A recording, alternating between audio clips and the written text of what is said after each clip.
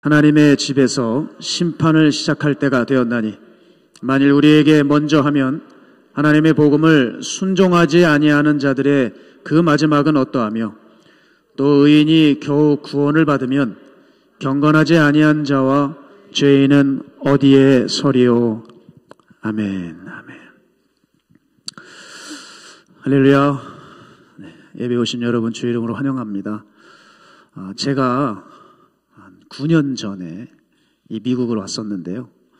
제가 좀 신기한 걸 체험했습니다. 그렇게 비행기를 많이 타보질 못했기 때문에 그 대한항공 비행기 앞 좌석에 무료로 그렇게 영화를 볼 수 있게 해놨더라고요. 그래서 제가 어떤 영화가 있는가 좀 살펴봤는데 제가 좀 역사 영화를 좋아해서 거기 폼페이라고 하는 영화가 있더라고요. 그래서 그 영화를 클릭해서 제가 보게 되었습니다. 여러분 혹시 폼페이라는 도시 아십니까? 지금으로부터 약 2000년 전에 이탈리아 나폴리 남동부에 위치한 고대 도시입니다. 그 나폴리 연안에 베수비오라는 화산이 있는데 그 화산이 폭발하면서 소멸된 도시가 폼페이라고 하는 도시죠. 그 멸망했던 그 폼페이라고 하는 실제적인 사건을 배경으로 한 영화였는데 제가 참으로 인상적인 장면이 있습니다. 그게 뭐냐면 어떤 한 청년이 자기 말을 끌고 그 평온한 들판을 지나서 호숫가에서 물을 먹입니다. 물을 이렇게 한참 말이 먹고 있는데 말에 눈빛이 흔들리기 시작을 하는 거예요. 그러면서 물 먹기를 그치고 갑자기 두 발을 이렇게 앞발을 듭니다. 몇 번을 이렇게 드는데 마치 이 말이 주인에게 하고 싶은 말이 있는 것 같아요. 그런데 청년은 도무지 알지 못하고 왜 이러지 할 때 이 말은 발을 내리고 쏜살같이 달려 도망갔습니다. 그때 이 청년은 자기의 말이 도망가자 애타게 그 말의 이름을 부르면서 외쳤지만 그 말은 돌아오질 않았습니다. 말이 그렇게 시야에서 황급하게 떠나간 이후에 곧이어 갑자기 땅이 흔들리더니 땅이 갈라지면서 그 청년을 집어삼키고 말았습니다. 제가 이것을 보면서 뭘 알았냐면 말은 지금 땅 밑에서 어떤 일이 일어나는지 벌써 감지하고 있었지만 사람은 그걸 전혀 알지 못했다는 겁니다. 여러분 앞으로 이 시대의 마지막 때가 되면 될수록 이런 일은 일어날 겁니다. 예수님을 믿지 않는 사람도 세상이 돌아가는 게 석연치가 않은 거예요. 그러니 이제 내가 이렇게 살아갈 것이 아니라 나의 삶을 좀 돌아보며 반추해보자 하면서 어떤 도덕적이며 철학적인 그런 사고를 가질 수가 사유를 할 수가 있겠죠. 그런데 정작 입에 천국과 지옥을 달고 사는 크리스찬들은 앞으로 다가올 심판에 대해 조금도 생각을 하지 않는다는 것이죠. 여러분 다가올 심판에 대해서 여러분 생각을 하십니까? 생각하시나요? 저에겐 참 의미심장한 일이 한 가지가 있습니다. 작년이었어요. 한국의 코로나가 심해지자 교회에서 청년들을 볼 수가 없었습니다. 그러던 중에 한 자매의 이야기가 들렸어요.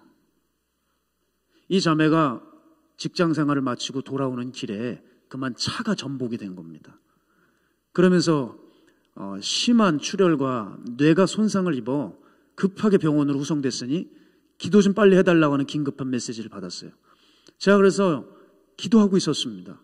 그런데 이게 수술을 할 수가 없는 지경이라고 하는 얘기까지 들었어요. 그리고 며칠 지나 그 자매는 그만 사망했습니다. 그런데 너무나도 안타까웠던 것은 뭐냐면 결혼을 바로 앞두고 있었어요. 결혼을 바로 앞두고 있을 때 그만 소천하고 말았던 거죠. 도무지 제가 이 황망한 소식을 듣고 견딜 수가 없었어요.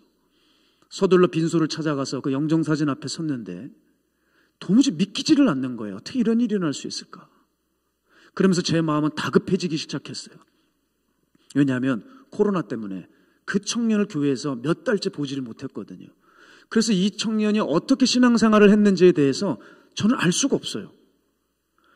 이 자매가 천국을 갔는지 지옥을 갔는지 답을 못 내리겠는 거예요.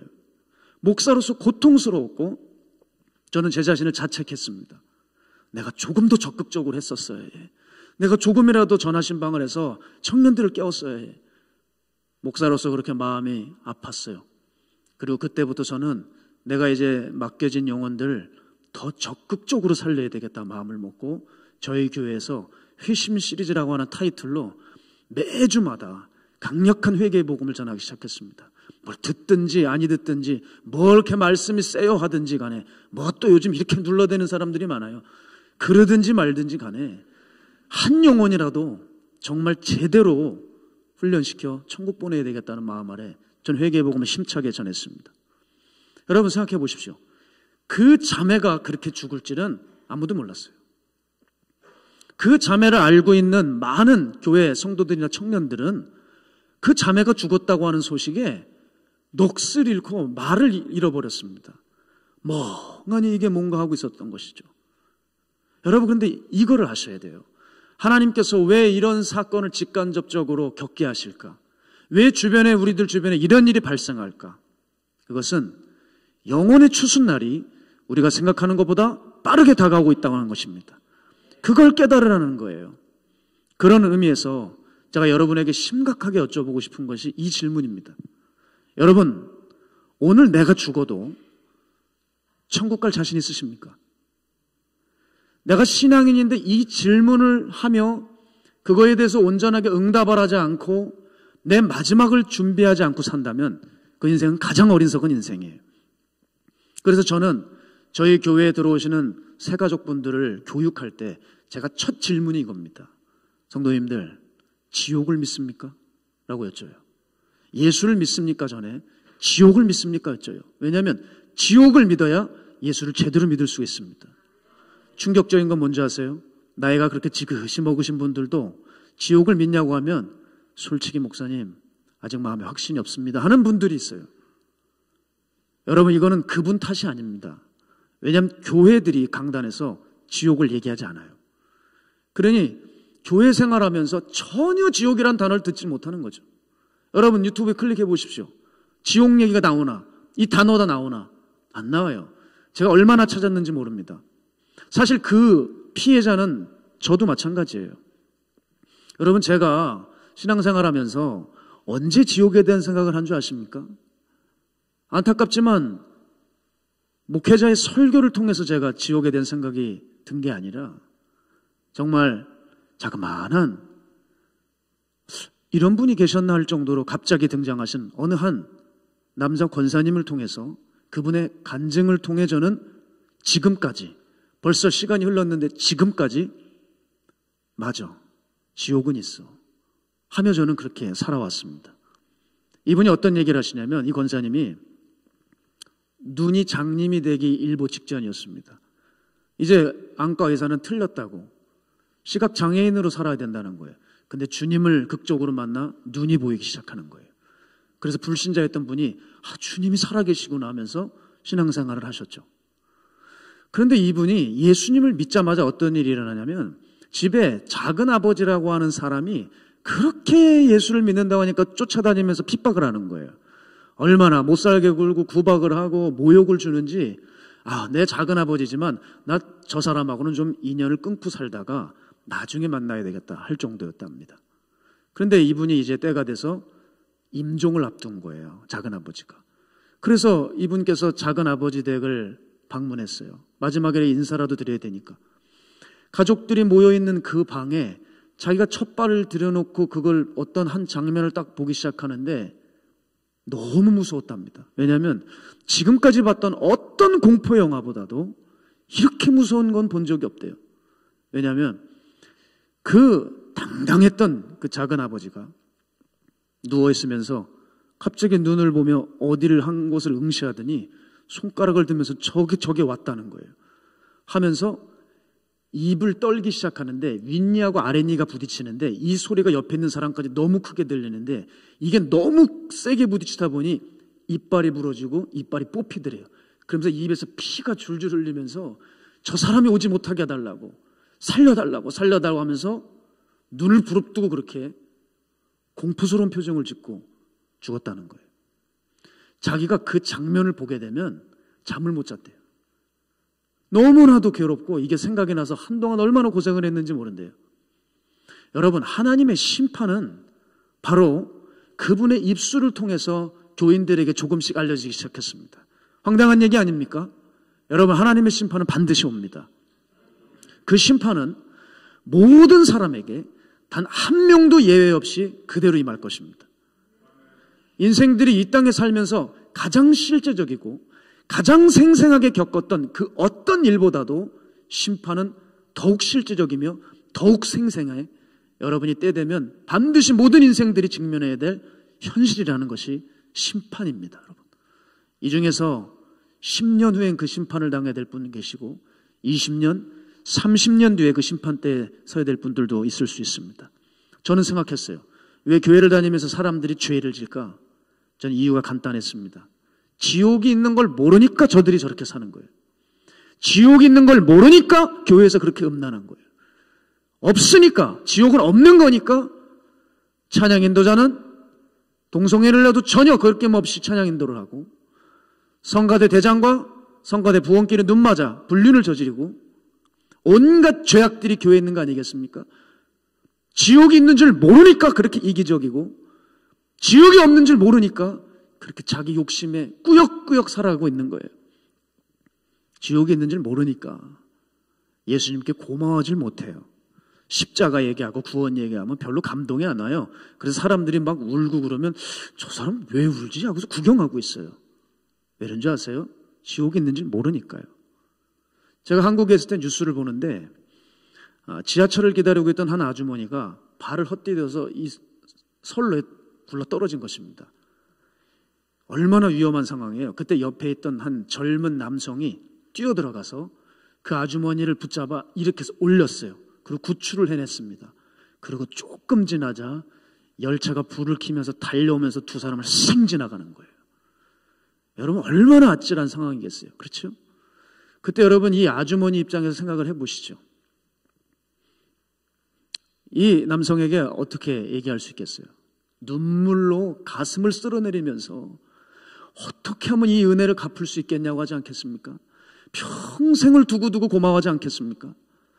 주님은 여러분 이것과 비교할 수 없이 우리를 지옥에서 건져주셨는데, 물에 빠진 사람 건져놨다니 보따리 내놓으라는 식으로 교회 와가지고 계속 뭘 그렇게 자꾸 달라 그래요.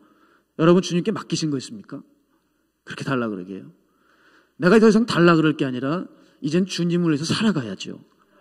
내가 예수를 왜 믿는지, 예수를 믿었을 때 어떤 일이, 어떤 결과를 얻게 되는지 정리도 안 된 채 그냥 종교 생활하는 사람들이 허다하다는 것이죠. 왜 도대체 그들은 이 죽음을 준비하지 않을까? 전 이유를 분명히 찾았습니다. 그들이 교회에서 말하는 것처럼, 성경에 써 있는 것처럼요, 내가 정말 죄인 같지가 않은 거예요.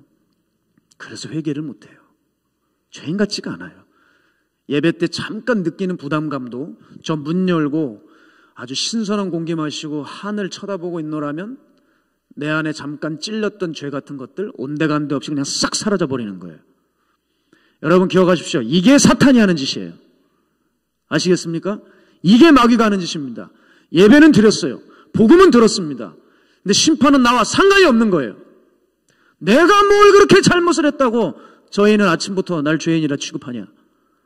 이게 바로 내가 심판을 피할 수 없는 화근이라고 하는 것이죠. 예전에 미국에서 폴 워셔 목사님이 설교를 하고 계셨어요. 근데 설교 도중에 청소년 아이가 제단으로 뚜벅뚜벅 걸어 나오는 거예요. 그러더니 설교하고 있는 목사님 앞에 서서 이렇게 고백을 하는 겁니다. 목사님, 전 너무 많은 죄를 졌어요. 난 이제 지옥 갈 것 같아요. 그래서 아이에게 물었습니다. 왜? 네가 무슨 죄를 졌길래 그러냐?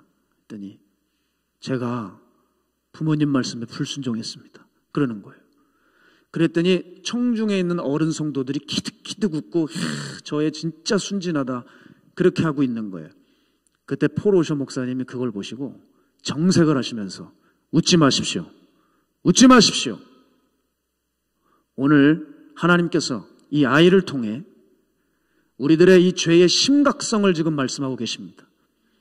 여러분이 지금 웃고 있는 이 아이의 죄, 사소한 것으로 보일지 모르지만 이 사소한 죄가 우리를 지옥으로 끌고 가기에 충분합니다라고 말씀하셨어요.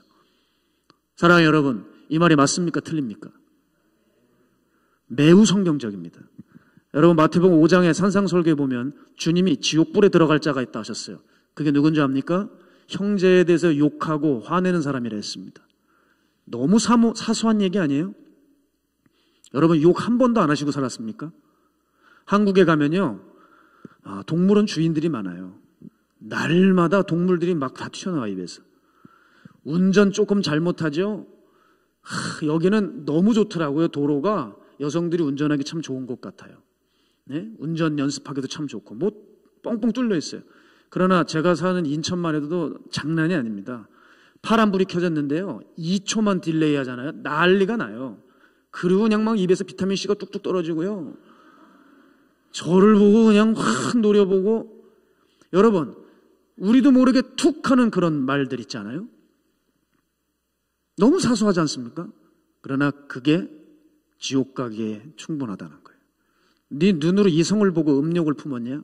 너 차라리 애꾸가 돼서 온몸이 지옥에 던져지지 않는 것이 중요하다. 눈을 차라리 빼라는 거예요. 몸으로 짓는 죄가 아닌데 음란한 생각을 했을 뿐인데 주님은 영적으로 이것이 치명적이라고 하는 것이죠.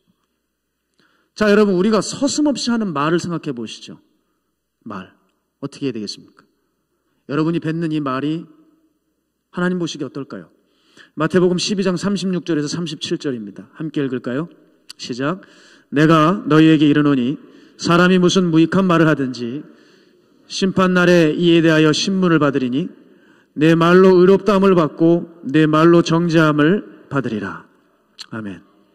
우리가 툭 뱉건 길게 뱉건 우리의 했던 말로 하나님께서 그 말을 심판하신다고 하십니다.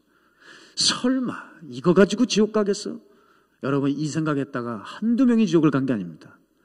하나님은 우리가 생각하기에 작은 것이 심판의 이유가 된다고 하십니다. 그러니 작은 죄라 할지라도 우리는 방심할 수 없어요. 방치할 수 없습니다. 그게 우리를 잡아먹을 수 있어요. 따라서 가만 보면 사람들이 그렇게 의도는 하지는 않았지만 죄를 쉽게 여기는 마음 때문에 자신들의 삶에 지옥을 불러오고 있어요. 지옥과 점차 가까워지고 있단 말입니다. 여러분, 한국교회 보면 90년대를 대표했던 목사님 두 분이 계십니다. 한 분은 옥하는 목사님이시고 한 분은 또 지성인 목사님으로 알려지신 신성종 목사님입니다. 이분은 문학가이며 박사학위 소지자이고 아주 유명한 지성인 목사님이시죠. 여러분, 이분이 천국과 지옥을 다녀오시고 간증을 하셨습니다. 뭐라 그러시냐면 주님께서 본인을 지옥으로 데려가시더래요. 그러더니 지옥의 벽면에 있는 자기 이름을 보게 하시더랍니다. 넌 오늘 만일 죽으면 지옥에 가야 한다. 왜냐하면 넌 한 번도 나의 영광을 위해서 살아간 적이 없고 너를 위해 살아갔다. 그러나 기회는 있다. 네가 만일 회개만 한다면 저 흐려진 이름이기 때문에 지옥의 벽면에서 그 이름이 지워질 수 있고 너는 지옥에 오지 않아도 된다. 그 충격적인 주님의 음성을 듣고 이분이 깨어나자마자 자기가 가지고 있는 것을 다 내려놓았습니다. 그리고 캄보디아 선교사로 떠나시는 모습을 제가 봤어요. 여러분, 이분이 그 많은 목회 활동을 하고 저서를 써내고 또 특히 군사역을 많이 하셨거든요. 이분에게 군장병들이 세례를 얼마나 많이 받은 줄 압니까? 수천 명에 이릅니다. 그렇게 많은 사람들에게 복음을 증거했는데 설마 자기가 지옥에 갈 거라고는 생각지도 못한 거예요. 여러분, 설마 나에게 하나님의 심판이 올까 하시는 분 계세요? 오늘 베드로가 그게 사실이랍니다. 하나님의 심판이 어디로부터 시작되느냐? 베드로는 뭐라고 말합니까? 하나님의 집인 교회에서부터 시작될 것이다. 교회가 결코 심판을 피해가지 못한다 하고 있습니다. 오늘 본문을 보면 그 하나님의 심판을 통해 사람들이 두 부류로 나뉜다고 합니다. 첫 번째, 신앙 때문에 고난을 받는 사람들이 있대요. 즉 신실한 그리스도인들이 있답니다. 이들은 자기에게 심판이 임하지 않을 것을 알고 더욱 감격하여 힘껏 하나님의 영광을 돌리는 삶을 살아가게 된다는 거예요. 두 번째는 하나님의 말씀에 불순종한 자들, 즉 죄인들은 자신들이 서 있기도 힘들 정도로 두려움 가운데 심판을 당하게 될 것이라고 베드로는 언급하고 있어요. 여러분, 제 이야기를 잘 들으셔야 됩니다. 이건 베드로만 한 이야기가 아니에요. 구약의 에스겔 선지자도 동일한 얘기를 했습니다. 하나님의 심판이 얼마든지 하나님의 집에서부터 시작될 수 있다는 거예요. 중요한 구절을 한 구절 살펴보겠습니다. 에스겔 9장 4절에서 6절인데요. 여러분의 이해를 돕기 위해서 새 번역으로 준비했습니다. 제가 봉독해 드리겠습니다. 주님께서 그에게 말씀하셨다. 이 그가 누구냐면 이제 심판을 집행할 대표 천사입니다. 주님께서 그에게 말씀하셨다. 너는 저 성읍 가운데로 곧 예루살렘으로 두루 돌아다니면서 그 안에서 일어나는 모든 역겨운 일 때문에 슬퍼하고 신음하는 사람들의 이마에 표를 그려 놓아라. 무슨 말이냐? 너는 지금 예루살렘 성읍을 돌아다니면서 이마에 하나님의 인침받은 사람들을 기억하라는 거예요. 또 그는 내가 듣는 앞에서 다른 사람들에게 말씀하셨다. 너희는 저 사람의 뒤를 따라 성읍 가운데로 돌아다니면서 사람들을 쳐서 죽여라. 불쌍히 여기지도 말고 가엾게 여기지도 말아라. 노인과 젊은이와 처녀와 어린아이와 부녀들을 다 죽여 없애라. 그러나 이마에 표가 있는 사람에게는 손을 대지 말아라. 너희는 이제 내 성소에서부터 시작하여라. 그러자 그들은, 여기서 그들은 이 하나님의 심판을 집행할 여섯 천사를 가리킵니다. 그들은 성전 앞에 서 있던 장로들부터 죽이기 시작하였다. 자, 하나님의 심판이 하나님의 집인 성소에서부터 시작된대요. 그래서 처형이 일어나는데 만군의 여호와께서 말씀하시는 거예요. 사람들 불쌍히 여기지 마라. 가여워 여기지 마라. 처단해라. 가감없이 죽여라. 그 첫 번째 대상이 성전 앞에 서 있는 장로들부터 죽이라는 거예요.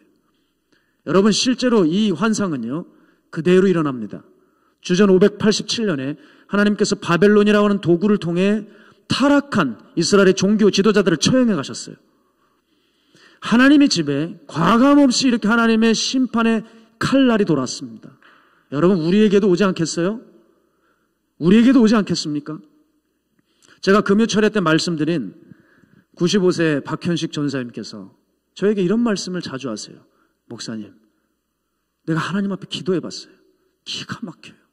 목사님들이 천국에 들어가지를 못한대요. 하나님이 나한테 그러셨어요. 이 사람들은 말은 그럴싸한데 속이 악하다고 하세요. 껍데기 목사예요. 껍데기 목사. 세상에 목사가 천국에 들어가지 못한다니 이게 무슨 일이에요? 그러면서 뒷말을 하시는데 그게 제 마음에 딱 와닿습니다. 사람들은 자기를 정말 모르는 것 같아요. 여러분, 맞습니다. 사람들은 정말 자기를 몰라요. 그래서 심판이 내게 올 줄 모릅니다. 자신의 인생이 여전히 인생의 봄날을 걸어가고 있다고 착각합니다. 봄날은 고사하고 여름도 지나가고 가을도 끝나가 황량한 겨울로 들어가 심판의 때가 가까우고 있는데 사람들은요, 깨닫지를 못해요. 다른 일은 얼마나 철저하고 빠삭한데 심판에 대해서는 전혀 준비를 하지 못하고 삽니다. 이 영적으로 무감각한 사람들은요, 자신이 곳간으로 들어갈지 불로 들어갈지 생각이 없습니다. 마치 어리석은 양과 같아서 내가 집으로 들어가는지 도살장으로 들어가는지 분간할 수가 없어요. 그저 눈에 보이는 생활에만 젖어 사는 거예요. 여러분, 제가 참 재미난 기록을 봤습니다. 혹시 여러분 악마대학이라고 들어보셨습니까? 악마대학? 이런 이야기가 있어요. 악마대학에서 가장 인기 많은 악마 교수가 그 귀신들에게, 학생들에게 이렇게 가르친답니다. 인간들을 지옥에 보내려면 반드시 이 방법을 써라. 첫 번째, 안개비에 옷 젖는 줄 모르듯이 악에 서서히 젖어들게 해라. 둘째, 쥐꼬리만한 명예를 줘서 그로 하여금 교만하게 해라. 셋째, 영원히 살 것처럼, 영원히 누릴 것처럼 착각하게 해라. 여러분이 악마의 가르침의 핵심은 뭐죠? 이렇게 자신이 푹 빠져 살게 하겠다는 거예요.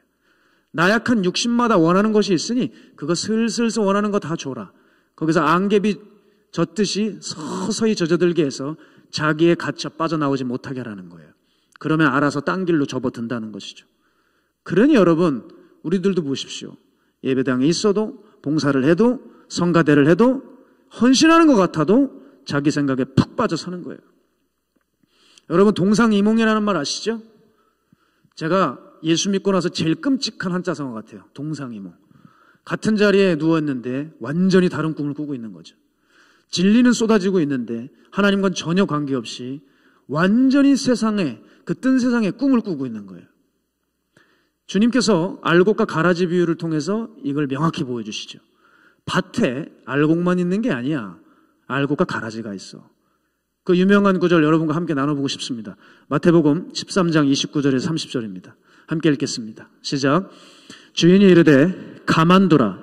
가라지를 뽑다가 곡식까지 뽑을까 염려하노라. 둘 다 추수 때까지 함께 자라게 두라. 추수 때에 내가 추수꾼들에게 말하기를 가라지는 먼저 거두어 불사르게 단으로 묶고 곡식은 모아 내 곡간에 넣으라 하리라. 주님이 이 하인들에게 뭐라고 말합니까?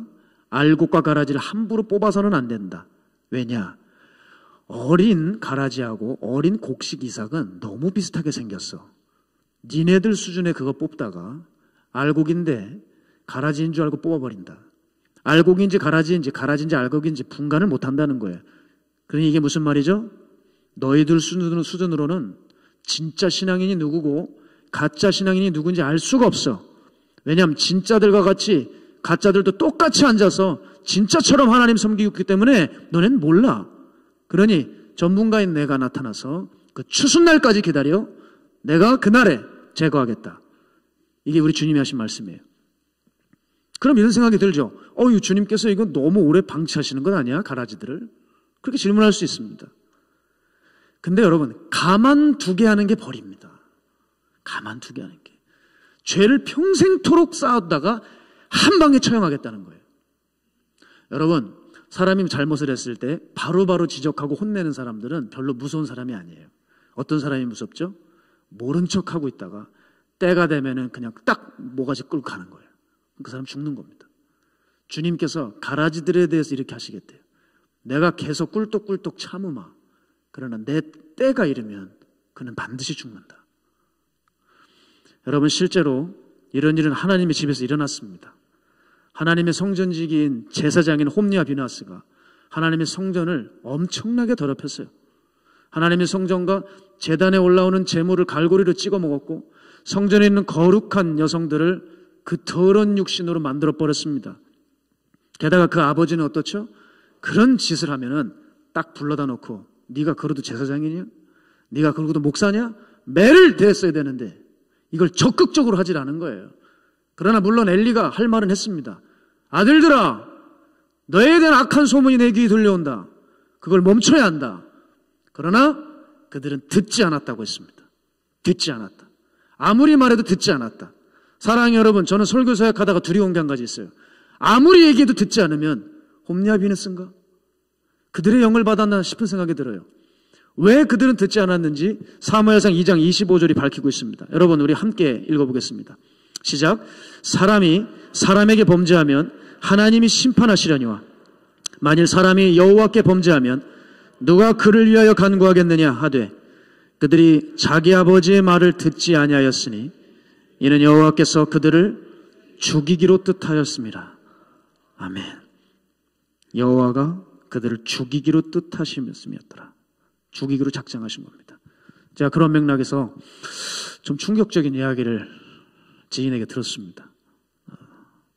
미국에서 일어나는 일이라 좀 더 안타깝습니다. 어느 목회자가 이분의 죄를 제가 여기서 다 밝힐 수는 없지만 죄를 말할 것 같으면 너무 많은 죄를 지셨는데 특히 한 죄를 말씀드리고 싶은데 교회 돈에 그렇게 손을 댄 겁니다. 어느 정도였냐면 여러분, 교회 돈을 한 1억을 가져다가 제가 듣기로 자기 집에 가구를 사놨대요. 목사가. 여러분, 1억짜리 가구요. 그렇게 자기 돈인 줄 알고 쥐새끼처럼 하나님의 창고에 들어가가지고 돈을 훔치다가 그렇게 갖다 써도 아무런 일도 일어나지 않는 거예요. 시간이 지나도 여전히 목사로서 존경을 받고 사람들은 그 교회에 몰려들고 시간은 꽤 지나가도 아무런 일이 없이 계속 교회 돈은 그렇게 사람들이 알고 있어요. 몰래도 아니에요. 그냥 갖다 쓰는 겁니다. 그런데 시간이 지났습니다. 어느 날 몸이 이상해서 그 목회자가 병원을 갔더니 암이었답니다. 근데 그 암이 순식간에 전이가 돼서 퍼져나가는데 얼마나 지독하게 그 목회자를 고통을 주는지 몸이 퉁퉁 붓더래요. 그리고 결국 그분은 소천하셨는데 너무나도 충격적인 얘기를 들었어요. 몸이 너무 벗어 일반적인 관에는 들어가질 않는답니다. 그래서 관을 새로 짜가지고 새 관에 집어넣어서 그렇게 해서 매장을 했다고 해요. 자, 아무 일도 없는 것 같았지만 어김없이 하나님의 집에 무서운 심판이 임한 것입니다. 여러분, 그래서 하나님의 사랑을 입은 사람들은요, 작은 죄를 지으면 하나님이 바로 매를 대시고 책망하시는 거예요. 여러분, 그 사람들 되셔야 됩니다. 사랑하시면 하나님 손을 진작에 대세요. 계시록 3장 19절 함께 볼까요? 물은 내가 사랑하는 자를 책망하여 징계하노니 그러므로 네가 열심을 내라 회개하라. 사랑하는 자식은 불러 책망합니다. 그러나 버림받은 자들은 가만둡니다. 추수날까지 기다리시는 거예요. 사랑하는 여러분, 우리가 혹시 성도로서 짓지 말아야 할 죄 가운데 있으면서 지금 전혀 주님의 회초리나 책망이 없으신 분 계십니까? 두려워하셔야 돼요. 아무리 경고의 메시지를 지금 듣는다 할지라도 전혀 죄에서 돌이킬 마음이 없는 사람 있습니까? 두려워하셔야 돼요. 여러분, 버림받은 사람일 수 있어요. 이미 사형 선고 받아놓은 사람일 수도 있어요. 왜 그 영혼을 그렇게 자기 욕망에 팔아넘기는지, 왜 자기 행위를 살피지 않는지 모르겠습니다. 여러분, 제가 주변에 보면 요즘에 그렇게 개를 기르는 사람이 많아요. 한국에는 조사를 해보니까 애완견을 기르는 인구가 16만이랍니다. 여러분, 어마어마한 거죠. 가난한 사람 도와주지 못해도 그 도구 베이비 열심히 밥 먹이는 거예요. 한국은 충격적인 장면들이 있습니다. 이렇게 뭘 유모차를 끌고 와요. 그럼 뭐 아이를 많이 낳나 보다 했더니 세상에 개가 4마리가 들어가 있어요. 소복히. 개 엄마들이 얼마나 많은지 몰라요. 그분들이 이렇게 애완견이 중요하다고 여러 가지 얘기를 하시죠. 물론 여러분 강아지 기르시는 분들 축복합니다. 네, 열심히 기르시기 바랍니다. 제가 뭐라 그런 건 아니고요. 그런데 저는 유혹거리가 안 됩니다. 근데 그 개를 보면서 무슨 생각이 드는 줄 아세요? 야, 차라리 개팔자가 낫구나 생각이 들어요. 어떤 사람은 저한테 와서 그래요. 이게 아주 뛰어난 품종이래요. 이건 정말 몇 마리 없는 거래요. 최고 혈통의 개래요. 그래도 저는 눈 하나 깜짝 안 하지만 그 개가 부럽긴 합니다. 왠지 아세요? 영혼이 없어서 죽어도 지옥 안 갑니다. 대단한 최고 품종인 개는 영혼이 없어서 지옥을 안 가는데 아무리 초라하고 미천한 사람이 있다 할지라도 그 사람은 영혼이 있기 때문에 죽어서 지옥 가야 됩니다. 사랑하는 여러분, 하나님이 우리에게 영혼을 주셨어요. 이게 얼마나 큰 축복인지 모르시죠? 우리는 엄마 뱃속에서 태어나는 순간 천국에서 영원히 살든 지옥에서 영원히 살아야 돼요. 진시 황제가 불로초 다려 먹었다 그러죠. 아무 의미 없어요. 여러분, 우리는 어차피 불멸의 존재입니다. 그거 알고 여기 오셨죠? 우리는 어차피 결정되어 있어요. 영원히 삽니다. 그런데 그 귀한 영혼 관리를 못하면 톡톡히 대가를 치러야 돼요. 사랑하는 여러분, 여러분의 영혼을 포기하지 마십시오. 여러분의 영혼을 진리로 지켜내셔야 돼요. 제가 어느 날 저희 교회 기도실에서 기도하는데 주님께서 제 마음에 강한 마음을 주셨어요. 너는 이제 일어나서 내 죽어가는 영혼들을 살려라. 그 마음을 너무 강하게 주시는 거예요. 주님, 저를 보십시오. 제가 어떻게 영혼들을 살립니까? 도대체 어떻게 하라는 것입니까? 주님은 이렇게 너무 말씀이 짧아요. 저는 그래서 음성 듣는 사람들이 사랑하는 아들아 딸들아 네가 어디로 가면 어떻게 될 것이고 쭉쭉 얘기하는 사람 보면은 너무 부러워요. 그 어디서 기도하셔가지고 어느 산에서 기도하신 건지 모르겠어요.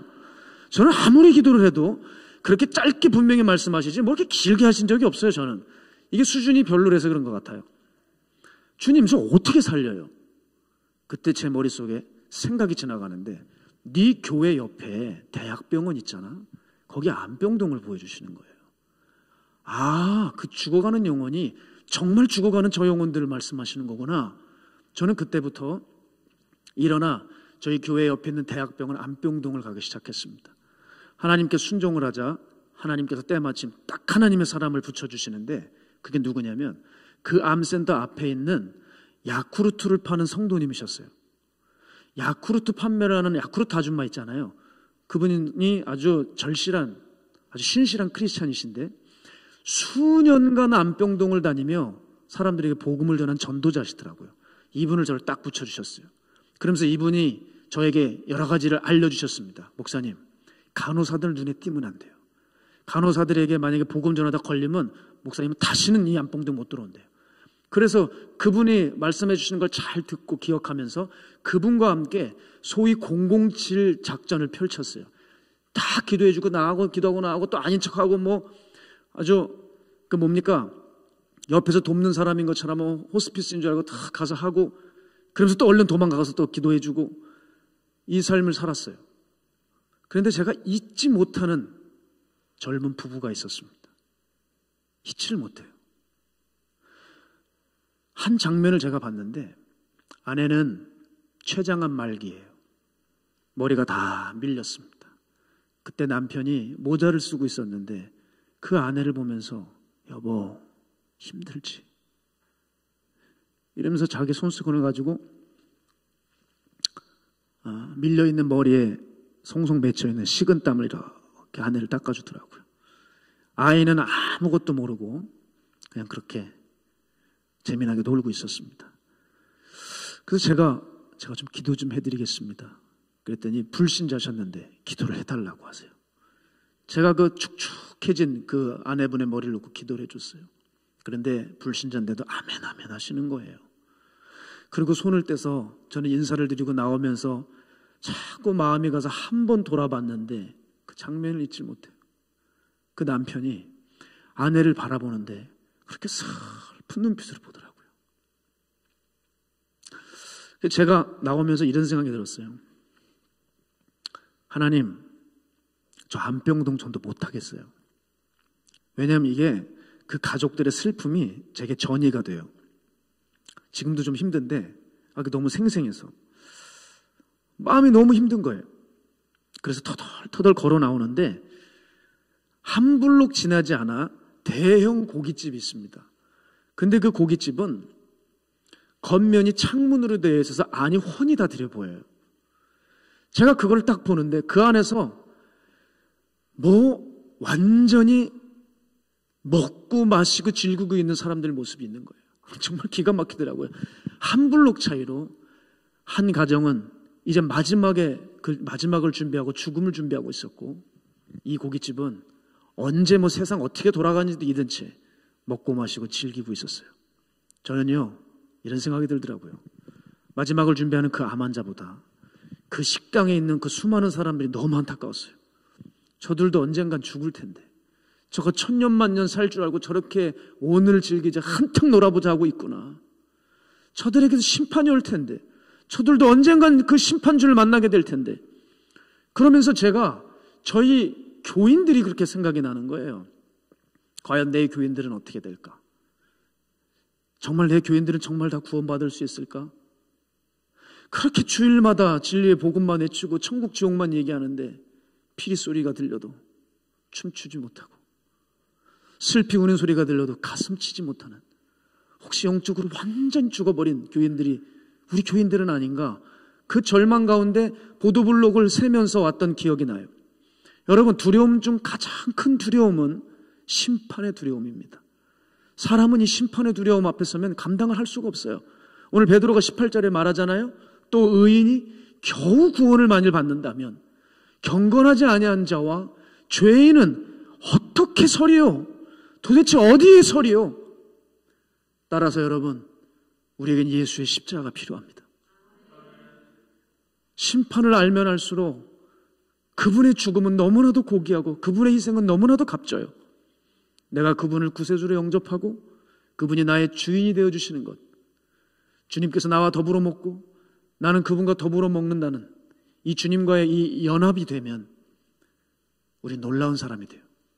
성경은 계시록 3장 21절에 보면 이렇게 주님과 연합이 된 사람을 두고 뭐라고 얘기하냐면 이기는 자라고 했어요.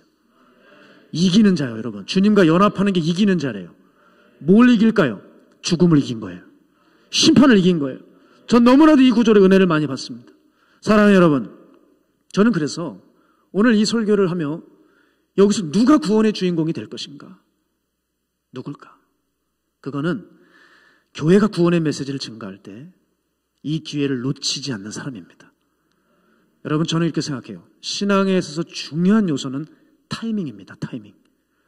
깨달았을 때 그때 돌아서야 돼요. 마음에 와 닿았을 때 얼른 순종해버려야 돼요. 들릴 때 결단하는 겁니다. 나중에 되겠지. 여러분, 제가 너무 놀라운 게 뭔지 아세요? 10년, 20년 전에 그분이 기회를 얻었거든요. 근데 그 기회를 미뤘어요. 결국 노인이 되어서 이제 얼마 남지 않고 링거에겐이 이것저것이 주렁주렁 달고 있는데 이미 틀려버렸더라고요. 사랑하는 여러분, 미룰 게 따로 있죠. 쇼핑은 미룰 수 있어요. 대학 갈 때 점수 안 나오면 재수, 삼수할 수 있는 기회가 있어요. 다음에 미뤄도 돼요. 천국은 미룰 수 없어요. 한 번 정해지면 끝입니다. 왜 어리석게 생각하십니까? 제가 복음을 증거하고 사람들 영혼 구원할 때 정말 안타까운 질병에 빠진 사람이 있어요. 여러분, 지금부터 기도하셔야 돼요. 하나님, 나 치매는 걸리지 않게 해달라고. 치매에 걸리면요, 아무리 복음을 전해도 안 돼요. 성경을 풀어도 안 돼요. 아무리 산에서 기도해서 뜨겁게 기도해도 기도해줘도 안 돼요. 뇌가 멈춰버렸어요. 치매는 안 되더라고요. 제가 제 할머니를 구원하는데 얼마나 수고스러웠는지 몰라요. 인천에서 그냥 거의 시간만 남은 것 같습니다. 그리고 하나님 앞에 얼마나 작정을 했는지 모릅니다. 치매는 안 돼요, 여러분. 때가 지나져 버린 거예요. 따라서 구원의 시간표는 바로 오늘입니다. 주님 뭐라 그러셨어요? 지금 와보라 그랬어요. 지금. 영화 폼페이에 나오는 그 말처럼 땅이 갈라질 것을 알고 그 타이밍을 놓치지 않고 달려가듯이, 여러분, 심판의 날을 우리는 이미 알고 깨달아 다가올 것을 알고 그 기회를 놓치지 않고 준비하는 사람이 지혜로운 사람이라고 하는 것이죠. 저도 제 가족 중에 정말 지혜로운 사람 한 명이 있습니다. 바로 제 막내 삼촌이에요. 제 막내 삼촌은 1급 내성마비 환자입니다. 한평생 걷질 못하셨어요. 저는 또 형제가 없습니다. 외동아들이에요. 그러다 보니 저는 늘 외로웠어요. 그래서 제게 삼촌은 벗 이상의 존재예요. 늘 삼촌과 함께했고, 삼촌과 대화하고, 제 어린 날들의 고민을 삼촌과 풀고, 함께 많은 시간을 함께했죠. 삼촌은 비록 걷지 못하셨지만 마음이 너무 선했습니다. 정말 열심히 사셨어요. 그렇게 삼촌이 열심히 사랑하는 모습을 보고 있는 그 중에 하나님이 저를 종으로 부르셨습니다. 그래서 저는 인천에 올라오게 되었고 삼촌과 헤어지게 된 거예요. 그러면서 인천에서 사역이 많다 보니 사역에 치여서 삼촌을 잊고 있다가 어느 날 너무 보고 싶어서 삼촌에게 제가 가게 되었습니다. 고향으로. 갔는데 삼촌을 보자마자 깜짝 놀랐어요. 왜냐하면 그 선했던 눈이 사탄의 눈으로 하고 있더라고요. 아니, 어떻게 눈이 이렇게 되었을까? 알고 봤더니 삼촌은 평생 앉아있다 보니까 지나가는 사람들마다 무시하고 모욕을 준 거예요. 그러니까 마음의 원한과 분노가 쌓였던 것이죠. 그래서 내가 무시를 안 당하려면 어떻게 될까? 성공하면 되겠구나. 성공을 해야 돼. 반드시 성공을 해야 돼. 하면서 세상적인 방법으로 돈을 벌기 시작했어요. 그래서 그만 삼촌의 눈은 세상적인 눈, 사탄의 눈을 하고 있었습니다. 제가 그 망가져버린 삼촌을 보면서 제 마음이 무너졌어요. 인천으로 돌아오면서 주님께 기도했습니다. 하나님, 저 눈을 좀 씻겨주십시오. 다시 돌아오게 해주십시오. 그런데요, 그리고 얼마 지나지 않아서 이상한 전화를 하나 받았습니다. 삼촌이 갑자기 병에 걸렸다는 거예요. 고향에 내려갔더니 그 목뼈 이 위험한 곳에 큰 종양이 나 있는 겁니다. 의사가 이거 수술을 해도 성공할 확률이 지극히 적고 마음의 준비를 하고 있으라는 겁니다. 아마 수술하다가 소천할 수도 있는 모양이라고 했어요. 그런데 여러분, 이상한 일이 또 벌어지는 거예요. 수술이 잘 됐어요. 잘 될 수 없는 수술인데 수술이 잘 됐어요. 그리고 수술을 했으면 사람이 몸이 좋아져야 되지 않습니까? 삼촌의 몸이 급격히 쇠해지기 시작하는 거예요. 아니, 왜 삼촌의 몸이 이렇게 급격히 쇠해질까? 그러다 어느 날이었습니다. 제가 아직도 기억을 해요. 산기도를 하려고 차를 산 밑에 주차를 하고 있는데 삼촌에게 전화가 왔어요. 뭐라 그러냐면, 내가 도대체 무슨 잘못을 한 거니? 내 죄가 뭔지 너 혹시 알면 나에게 알려줘, 그러더라고요. 아니, 이게 무슨 일이에요? 그랬더니 내가 몸이 자꾸 쇠해지니까 기도를 다시 해봤대요. 30년 만에 하는 기도였습니다. 그때 갑자기 이상한 기운이 오더니 눈물이 그렇게 막 쏟아지는데 사진으로, 뇌리의 사진처럼 자기가 무슨 죄를 지었는지가 보여지더라는 거예요. 여러분, 그때 제가 얼마나 기뻤는지 모릅니다. 삼촌 하나님 만났어요. 이게 회개예요. 그랬거든요. 그리고 그때부터 삼촌은 매일 기도를 하기 시작했어요. 어느 날 또 전화가 왔습니다. 내가 기도를 하는데 이게 환상인가 봐. 환상이 열렸는데 자기가 하늘로 계속 한없이 올라가더랍니다. 그런데 한 소리가 들리더래요. 종소리였답니다. 종이 땡 치는데 큰 종이 보였고 그 종소리는 수많은 죄인들을 부르는 종소리인 것을 삼촌이 알게 되었대요. 그리고 그때부터 세상에서 단 한 번도 들어보지 못한 오케스트라가 나오는 그 연주곡이 들려오는데 이걸 듣는데 너무나도 황홀하다라는 거예요. 이런 아름다운 음악은 들어본 적이 없고 듣자마자 가슴이 벅차올랐다는 겁니다. 그렇게 기도해서 깨어나서 삼촌은 한 달 동안 주님과 교제를 나눴습니다. 그런데 또 어느 날 연락이 왔어요. 주일에 그 휠체어에 앉아서 예배를 드리다가 갑자기 의식불명이 됐다는 겁니다. 그리고 바로 있다가 연락이 왔어요. 소천했다는 거예요. 여러분, 그때 제가 알았습니다. 하나님은 삼촌을 구원하시기 위해서 수술대에서 이미 데려가셨어야 됐는데 한 달을 허락하셨어요. 한 달 동안 이 땅에 살게 하시면서 다 회개하시고 구원시키셨어요. 제가 삼촌을 영안실에서 봤는데 놀랍더라고요. 평생 펴지지 않았던 두 발이 쭉 펴져 있었습니다. 그리고 삼촌은 저희 가족들에게 이혼을 했다 그래요. 내가 죽거든 내 관에 십자가를 좀 넣어줘. 삼촌의 그 입관할 때 보니까 십자가가 있었습니다. 그렇게 삼촌의 시신은 화장을 치러졌고 저는 집안의 장손이었기 때문에 삼촌의 유골이 저의 차에 왔어요. 제 차에는 삼촌의 그 유골함과 저밖에 없는 거예요. 제가 그 유골함을 가지고 장지로 가는데 손에 대봤습니다. 어쩜 그렇게 유골함이 따뜻한지요. 삼촌이 옆에 살아있는 것 같아요. 여러분, 근데 삼촌과의 추억 때문에 눈물은 그렇게 났지만 이게 너무 자랑스러운 거예요. 왜냐하면 저희 집안은 목회자의 집안이 아닙니다. 가끔 저에게 아버님이 목사님이라 그래요. 묻는 분들이 계세요. 그렇지 않아요. 저희 집은 죄가 많은 가문입니다.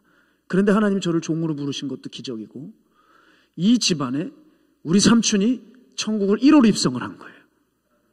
여러분, 제가 그때 기도했어요. 주님, 우리 삼촌 이 땅에서 한 번도 걸어본 적이 없지만 천국에서 주님 마음껏 걷고 뛰게 해주세요. 저는 그걸 확신해요. 그리고 며칠 지나 전 신기하게 꿈을 꿨습니다. 꿈에 제 삼촌이 두 발로 서 계시고 두 발을 이렇게 벌리며 요한복음 3장 16절을 말씀하시더라고요. 하나님이 세상을 이처럼 사랑하사 독생자를 주셨으니 이는 그를 믿는 자마다 멸망치 않고 영생을 얻게 하려 하십니다. 얼마나 꿈에 깨고 눈물이 나는지 어느 날 삼촌이 너무 그리웠어요. 그 산에 올라가 기도했습니다. 하나님, 제가 꼭 진실한 종으로 살다가 버림받지 않고 천국에서 우리 삼촌 좀 만나게 해주세요. 삼촌은 정말 세상에서 살았지만 그 인생이 구원받았는데 저는 목사로서 살면서 지옥 가면 안 되지 않냐는 간절한 기도를 제가 했죠. 사랑하는 여러분, 왜 삼촌이 이렇게 자랑스러운지 압니까? 제가 이 말씀을 드리고 싶은 거예요. 삼촌은 한 번 듣고 깨달은 말씀을 붙들었습니다. 그래서 구원받았습니다. 신앙은 타이밍입니다, 여러분. 신앙은 타이밍이에요. 여러분, 오늘이라도 오늘 이 예배를 통해 영적인 잠에서 깨어나 다시 십자가를 붙든다면 여러분 다시 사실 수 있어요. 그렇지 않다고 한다면 내 삶에 지옥을 불러오는 것이라니까요. 여러분, 차라리 우리가 예수를 몰랐으면은 억울하지도 않죠. 예수를 믿고 알았는데 주님을 제대로 섬기지 못해 우리가 지옥을 간다면 이것처럼 억울한 일이 없는 거예요. 사랑하는 여러분, 말씀을 들으십시오. 말씀을 붙드십시오. 그래야지 살아납니다. 그래야지 생명을 얻습니다. 우리 이번 기회가 우리의 신앙을 다시 한번 점검하고 나를 지옥에서 건져내는 필사적인 결단이 우리 안에 있기를 축복합니다.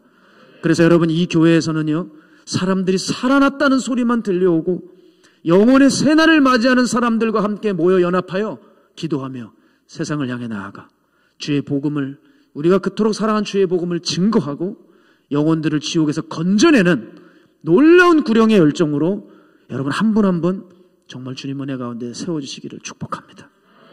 여러분, 가면 갈수록 예수님의 말씀에 귀를 막는 시대입니다. 우린 들어야 합니다. 피리 소리가 들리면 춤춰야 합니다. 애곡 소리가 들리면 가슴침이 울 수 있어야 합니다.